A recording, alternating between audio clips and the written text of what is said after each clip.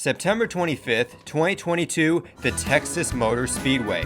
This track was a hard nut to crack for Goodyear based on the All-Star race, putting aside a lot of the controversies based on the finish. Goodyear in this running did not have a good showing with all the right front and right rear tire issues that took out many favorites for this race. This was just many of the trials and tribulations that Goodyear had to face in this 2022 season, considering this brand new next generation car. The specifics of the car included radical changes for NASCAR standards like the aero ducts, the rear diffuser, and of course the 18-inch wheels that were all supposed to contribute to a harder to drive vehicle. But when you look at Goodyear's history, they've been one of NASCAR's tire suppliers since 1954. Long before Hendrick Motorsports built their first chassis, Bristol Motor Speedway was even built, and long before the first running of the Daytona 500. So considering that this was the official tire supplier of NASCAR for many decades, what could go wrong?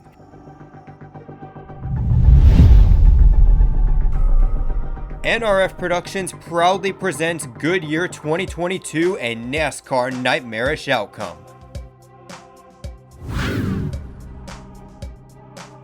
NASCAR fans jam-packed the Atlanta grandstands wishing for one thing on that afternoon. I just want to see some good sports entertainment. And the new configuration would satisfy our attention spans for all but 10 seconds before we're on our phone scrolling to find the next big dopamine hit. A part of it all were all the tire issues that we got from this grueling, sometimes tiring to watch race if you're a traditional fan like myself. Now, when you're looking at the race itself and all the tire issues, this is not a new thing for repave. This has been happening for a while. The new asphalt is going to have a high level of grip means speed, and speed leads to heat. Because of that, Goodyear would bring two completely different tire codes for this race to combat for the little tire wear the new surface would have and to dissipate the heat. The PSI recommendations for Sunday were a minimum of 20 on the left front, 22 in the left rear, 52 in the right front, and 50 in the right rear. As eventual race winner William Byron stated, on tracks with repaves, you typically have a lot of right front issues because you put a lot of load on the front. Instead, oddly enough in this race, trouble would arise with the right rear. Oh, leader's in the wall. Easy, stay low. The health of Ross Chastain's odds of continuing his strong start, they were on life support when on lap 95, he suffered a blowout while leading the race. This issue right here would lead Ross Chastain of all drivers, yes, this Ross Chastain right here, to run a conservative race. On lap 145, the consequences would be much more severe than Chastain's single car incident when RCR's Tyler Reddick caused a 12-car big one when his right rear expired in front of the entire field. The second big one would take place after that, not because of Ricky Stenhouse Jr., as NASCAR fans love to joke about, but instead another Goodyear right rear tire failure. This 4-car pileup right here ended the days of Stenhouse and Austin Cindric. So what is the commonality between Ross Chastain of Trackhouse, Tyler Reddick of RCR, and Ricky Stenhouse Jr. of JTG? Well, obviously they all run the same Goodyear tire, but also the fact that they are all Chevrolet teams. This quickly circled a lot of suspicion in the mind of Greg Stucker, the Goodyear racing director, that the setups in these Chevrolets were causing the right rear tire issues. The right rear tires were eventually taken back to the Goodyear racing facility in Akron, Ohio for further analysis. Now maybe this was squarely to blame for the teams, but for Goodyear and their track record of tire failures, especially in these inaugural events, this was not a good look at all.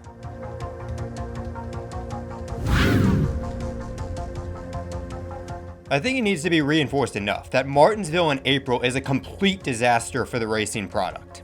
And then when you add into the equation that this was a night race, temperatures were in the low 40s for the drop of the green flag and at one point dropped to a low of 39 degrees. Now, if you've never taken an advanced engineering course or you just love to watch the spectacle of racing without the technical side, here's why colder temperatures are bad for racing. The tires in this situation do not do a good job laying down rubber on cold surfaces. That does not allow for much maneuverability between lanes, and the result? You get a field that runs mostly single file. Checking out and Quintin Poyner, they really tried to be the cheerleaders for this race. It's going to get exciting here in the second stage. This is going to be a good race.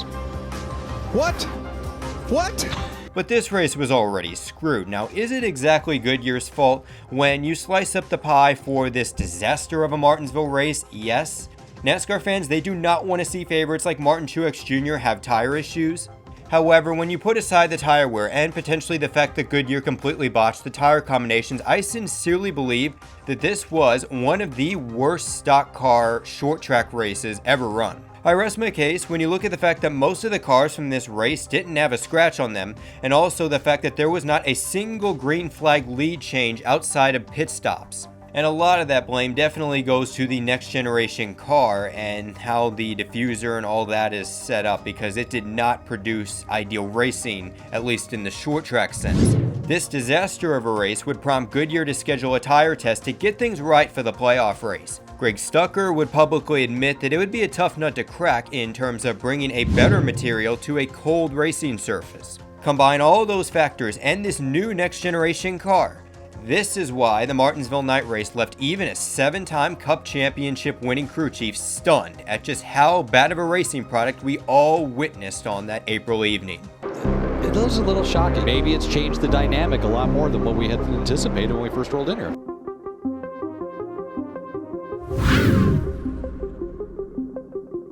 Intermediate tracks and the next generation car go together as good as the warm and flaky Cheddar's croissants with the honey butter drizzled all over them. These races proved to be a delicacy to consume in 2022. NASCAR fans really loved the spring race, including all the fans sitting in the grandstands, one where you could read the name of the track during the race because the attendance was just so sparse. Another thing that was frustrating, infuriating about this 400-lap affair was the Goodyear tires. With the tire fall-off similar to Darlington, this was not the main issue for the more driven official tire supplier of NASCAR. In fact, Goodyear brought the exact same tire codes to Kansas that they did for the Goodyear 400 the weekend before. Ultimately, the controversy with the Advent Health 400 relied with the left rear tires. In practice, multiple drivers and teams had tire failures, including Chris Buescher and Joey Logano, and that meant overtime in the garage for those teams preparing their backup cars for Sunday's race. Goodyear would make it known to the teams ahead of the race that the left rear tires were at their best on restarts. The expectation was that the tire issues were going to happen 12 to 15 laps into a run. And if this is something that is hard to fathom, I want you to think of a Goodyear tire like a stone cutter hammering away at a rock. It's not that last blow that splits the rock in half, but rather the hundreds of hits before it. In the case of a Goodyear tire, from the naked eye, it's perfectly fine. But inside, all the fibers are wearing out, slowly breaking down from an aggressive restart to where the tire eventually comes apart several laps later. As the green flag waved, tire failures would be delayed to a lot later in the run, on average 20 to 30 laps after putting the tires on, but that did not mean that teams were completely immune from these issues. In fact, we would see all types of race teams, big, small, Ford, Chevy, Toyota, have tire issues that would really plague them in this running. BJ McLeod, his tire failure left him stuck to where he accidentally opened the emergency safety hatch. Christopher Bell, one of the drivers that participated in the Kansas Goodyear tire test a couple months earlier. Daniel Suarez as his Good Samaritan act to save a snapping turtle the night before the race that did not prevent him from suffering a contention-ending left rear tire failure. William Byron, who had no indication that his tire was going down and had to slam on the brakes, move out of the way to salvage his Chevrolet Camaro from being severely damaged. Martin Truex Jr., who was willing to risk damaging his car to stay on the lead lap at the end of the stage. Chase Elliott. Now the Goodyear tire failures officially had everybody's attention. The entire left rear camber came off as the 2020 champion spun into the grass, where he would get stuck and lose 3 laps, putting Goodyear full on blast in a result of this cataclysmic outcome. That's just stupid. Can't even drive the back to the pit. With the tire fall off at Kansas being like a Darlington, we got good racing, but at what cost? We got a lot of contenders falling out of contention in this race, either from getting stuck or receiving damage to the nose like Suarez, or even the rear diffuser when dragged when these tires end up going flat. Now, the main takeaway from Goodyear was that the teams, they were ultimately putting too much pressure on these tires. They were trying to get a little bit much to try to make these cars a bit faster. Ultimately, the main takeaway from Goodyear after this race was the fact that race teams, they were pushing the edge a bit much. Keep in mind here, there's speed to be gained when running at lower air pressures, but obviously the risk is sky high.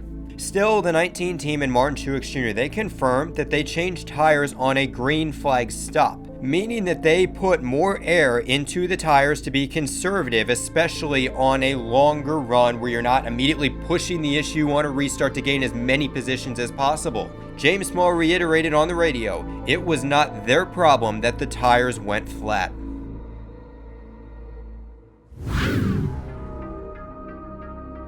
The 2022 NASCAR All-Star Race will be talked about around the water cooler and eventually the metaverse breakout rooms for decades to come. Goodyear played a big role in changing the outcome of this race to an absolute disaster. Remember the tire codes that produced multiple left rear tire failures at Kansas? Well, guess what? They were back for a second racing weekend in a row. Now you add in the cooler than usual racing surface for Texas standards, you get a completely dull race featuring almost no green flag passes for the lead in a race where first place is the only place that matters. Maybe that's because the defending winner of the All-Star race, Kyle Larson, suffered a right front tire failure just 11 laps into stage 2. The next restart, we got yet another tire failure, which this time took out the most dominant car of the race up until this point, Kyle Busch. His right rear tire would end up faltering, which would launch Ross Chastain as if he were a rocket at the Johnson Space Center. Liftoff. We have liftoff. In addition to the 2020 winner, Chase Elliott, flat Goodyear tires took out 4 favorites who had combined to win 4 of the last 5 All-Star races. And keep in mind, guys, this was all before the end of stage 2. We still had another 2 stages after this, including a 50 lap run to end this race. Bubba Wallace and Eric Jones, they would also have tires go down. Gee, I feel like I've seen that Eric Jones hit before. Post-race, Goodyear would take these tires back to the Akron, Ohio Research Center, and Greg Stucker stated that the recommendations were being adjusted based on the data received. The team at Goodyear, they were not the only ones to chime in this situation. Obviously, the NASCAR world was heated, they were angered, so you were going to get a lot of perspectives. Most notably, you had Front Row Motorsports crew chief Blake Harris think that this was a combination of aggressive setups and a tire that just could not withstand a spike load of sudden increased pressure due to how razor thin the teams pushed these tires. In May, Goodyear was officially the story of the 2022 NASCAR season, but in a far from desirable way. The 2020s are a reclassification era when it comes to racetracks. Phoenix is now a short track, Atlanta is now a super speedway, and with that, I'd like to throw my hat into the ring and reclassify Bristol as an intermediate.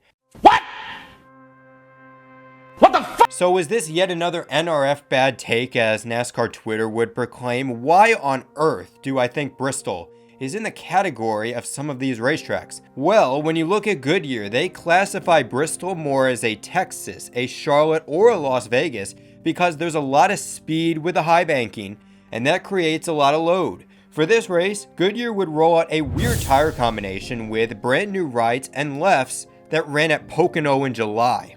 Plus, with the next generation cars debut at the concrete Bristol. Keep in mind, Bristol in April, it was dirt. Many were wondering if a Dover setup would end up working at Bristol. Just maybe that was the route the Fords ended up going with, because right front tire failures would be the theme of the first fifth of the race.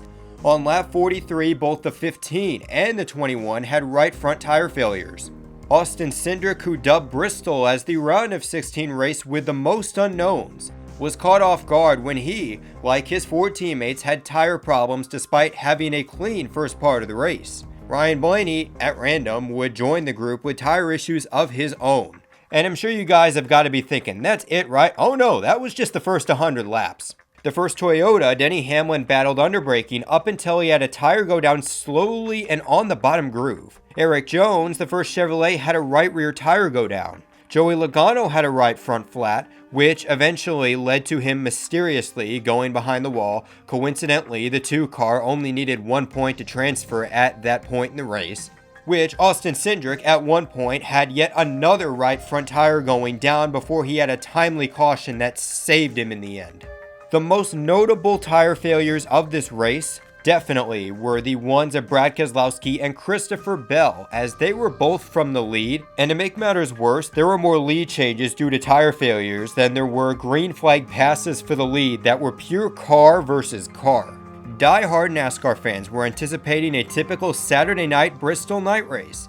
What they got instead was basically an intermediate race without any passing for the lead.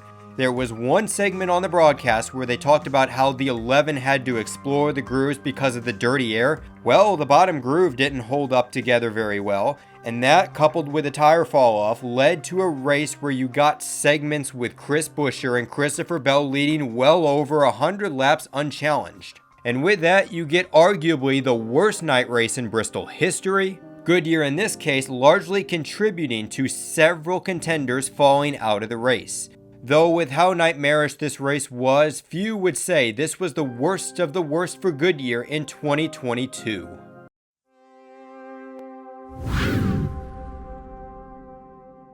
A track temperature of 138 degrees made this round of 12 opener the hottest race in Texas Motor Speedway history. The drivers love this because it feels like they make more of a difference not only physically, but mentally. In typical Texas fashion, the single groove track made it hard to pass. This weekend though, the Cup Series, they were running a different tire package than the one that produced various blowouts during All-Star Weekend. Goodyear's tire combination stuck with the D5160 tires from the spring for the lefts, while switching to the D5122 tires on the right, aka the same tire setup for Kansas a couple weeks prior. So would these improvements by Goodyear translate to the Lone Star State? I hate to say it, but Toto, we're not in Kansas anymore. That would be evident by the durability of the tires. With 30 to go in Stage 1, playoff contender Christopher Bell and Cole Custer had failures on the same lap. Chase Elliott, who called his car going over the bump sketchy, would have a right rear tire failure when leading the race, which for a driver that supposedly has no personality, Chase Elliott would savagely say this in his interview. I just hope nobody gets hurt, but outside that, I really don't care. The winner of the worst Bristol night race in NASCAR history, Chris Buescher, became the second Ford with tire issues, which struck worry into not just teammate and owner Brad Keselowski, but also NBC's Brad Doherty. This is scary. Yes, if you're a race car driver, if you're a crew chief, if you're an owner, I mean, you're looking at this and saying, okay, we can't run 30 laps. And if you guys are saying, oh, okay, things are going to get better, have you not seen this entire video up to this point? Of course, things are going to get much, much worse. From the lead, Kevin Harvick blew a right rear tire after 35 laps on that set of tires.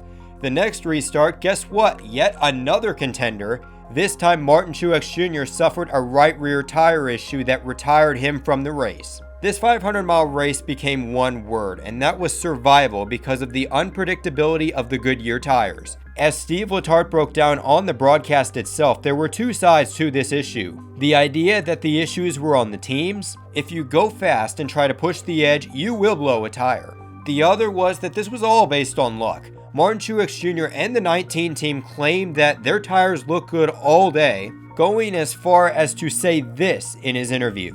And like I said, our tires look good all day. So I think it's just a freak deal. If you draw the unlucky straw or you don't.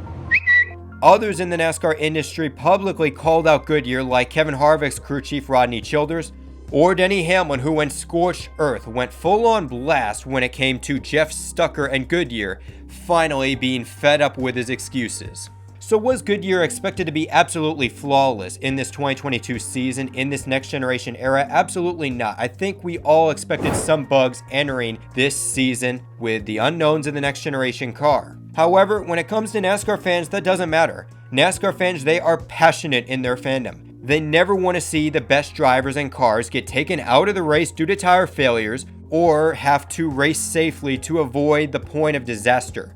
They don't want to see these cars unable to drive back to pit road because their tires are flat, and they certainly don't want to watch boring races due to a lack of tire fall off. By that metric, yes, I say Goodyear in this season, it was a nightmarish outcome, and potentially that was why it took Goodyear until December to get a deal with NASCAR for the upcoming 2023 season. So if you thought that season from Goodyear was an absolute nightmarish outcome, why don't you check out some of the other videos, like how an outdated car model in simulations hurt the performance of Hendrick Motorsports in 2007, or how a template change by NASCAR saw Stewart-Haas Racing win just one race in 2021. Other than that, this is Nathan for NRF Productions. Life's a beach, and then you drive.